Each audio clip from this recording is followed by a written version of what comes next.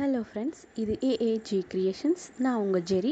எல்லோரும் லைக் பண்ணுங்கள், ஷேர் பண்ணுங்கள், மறக்காமல் சப்ஸ்கிரைப் பண்ணுங்கள். Good morning. இப்போது நம்ம வெண்டைக்காய் பொரியல் செய்ய போகிறோம். நான் செய்யல, அம்மா தான் செய்கிறாங்க. நான் வெண்டைக்காய் கட் பண்ணி கொடுக்க போகிறேன். ஃபஸ்ட்டு வெண்டைக்காயெல்லாம் எடுத்துகிட்டு துணி வச்சு நல்லா துடைச்சிருங்க, அப்போ தான் நல்லாயிருக்கும். ஓகே, நாங்கள் கட் பண்ணிப்போம். வெண்டைக்காய் எடுத்து ஃபஸ்ட்டு ஒரு துணி வச்சு நல்லா துடைச்சிக்கோங்க. ஓகே, வெண்டைக்காயை இந்த மாதிரி குட்டி குட்டியாக கட் பண்ணி துடைச்சிக்கோங்க. அதுக்கப்புறம் ஒரு 4-5 சின்ன வெங்காயத்தை எடுத்து கட் பண்ணி வச்சுருக்கேன். அது ஒரு தக்காளி பழம், அதை குட்டி குட்டியாக கட் பண்ணி வச்சுக்கோங்க. இப்படி தாளிக்கிறதுக்கு ஃபஸ்ட்டு பாத்திரத்தில் எண்ணெய் ஊற்றி காய வச்சுக்கோங்க. ஓகே, எண்ணெய் காஞ்சதும் கடுகு உளுந்தம்பருப்பு போட்டுக்கோங்க. ஓகே, இப்போ கருவேப்பிலை போட்டிருக்காங்க. நிறைய கருவேப்பிலை போட்டிருக்காங்க. எங்கள் அம்மா எல்லாத்துலேயும் இப்படி தான் போடுவாங்க, நல்லதுன்னு சொல்லிட்டு.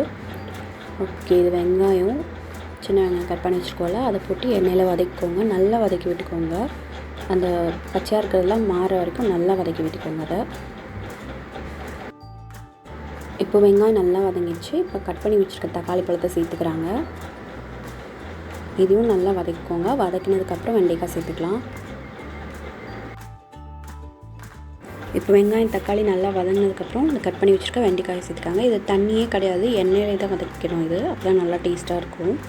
இதை சால்ட்டு மட்டும் போட்டு நல்லா வதக்கி விட்டுறணும். நல்லா வதங்கின பிறகு கடைசியாக ஆஃப் பண்ணுறதுக்கு ஒரு 2 நிமிஷத்துக்கு முன்னாடி மிளகாய் பொடி போட்டு, மிளகாய் பொடி போட்டதுக்கப்புறம் அந்த பச்சை ஸ்மெல் போனோடனே ஆஃப் பண்ணிட்டாலே போதும். சூப்பராக இருக்கும். தண்ணியெல்லாம் ஊற்ற தேவையில்லை, அப்படியே வேகட்டும். சால்ட் போட்டு நல்லா வதக்கி விட்டு கொஞ்சம் சீரகம் சேர்த்துக்கிறாங்க.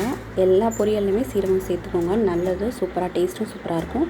சீரகம் போட்டு நல்லா வதக்கி விட்டுக்கோங்க. சிம்லேயே வச்சுக்கோங்க. சிம்மில் நார்மல் ஃப்ளேமில், மீடியம் ஃப்ளேம்லேயே வச்சுக்கோங்க. ஹை ஃப்ளேமில் வச்சா எண்ணெயிலே வதக்கிறனால கருகிடும். இப்போ மிளகா பொடி சேர்த்துக்கிறாங்க. அதை வதக்கிட்டு இது நாங்கள் கொஞ்சம் காரமாக தான் செஞ்சுருக்கோம் இன்றைக்கி. உங்களுக்கு காரம் கம்மியாக இருக்குன்னா 1 ஸ்பூன் மட்டும் போட்டுக்கோங்க. இவ்வளோ போட்டால் காரமாக தான் இருக்கும்.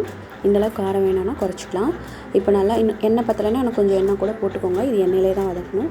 அப்படியே நல்லா ஃபுல்லாக வதக்கிட்டு அந்த ஸ்மெல் பண்ணி ஆஃப் பண்ணிடலாம். அவ்வளோதான், ரெடி ஆகிடுச்சு வெண்டைக்காய் பொரியல். எல்லோரும் செஞ்சு பாருங்கள் எப்படி இருக்குன்ட்டு.